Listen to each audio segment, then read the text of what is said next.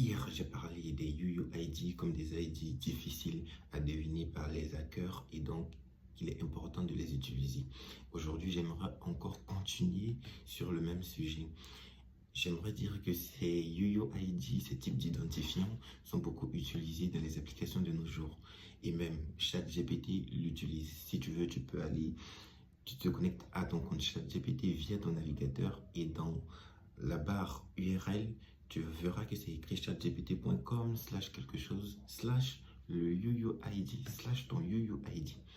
Donc c'est beaucoup utilisé. Certes, c'est beaucoup utilisé, mais ça a aussi des inconvénients. Un UUID dans la base de données, c'est difficile de retrouver un utilisateur par son ID de type UUID. Ça prend beaucoup plus de temps, c'est lent. La recherche est beaucoup lente. Par contre, un identifiant de type auto-increment est beaucoup plus rapide d'accès.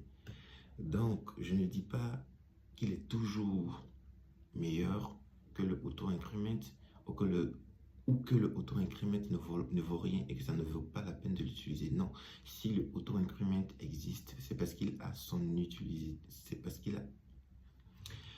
C'est compliqué. Si le auto-increment existe, c'est parce qu'il a son utilité. Et donc, à toi de savoir lequel utiliser dans ton application, l'auto-increment ou le UUID. À toi de faire un compromis. Si la rapidité est pour toi le critère principal, il serait plus évident d'utiliser un auto-increment. Si par contre la sécurité est pour toi le critère principal, il serait aussi plus évident et plus simple d'utiliser le UUID. Donc en fonction de ton application, tu as deux choix ou tu as plusieurs choix et choisis ce qui te convient le mieux.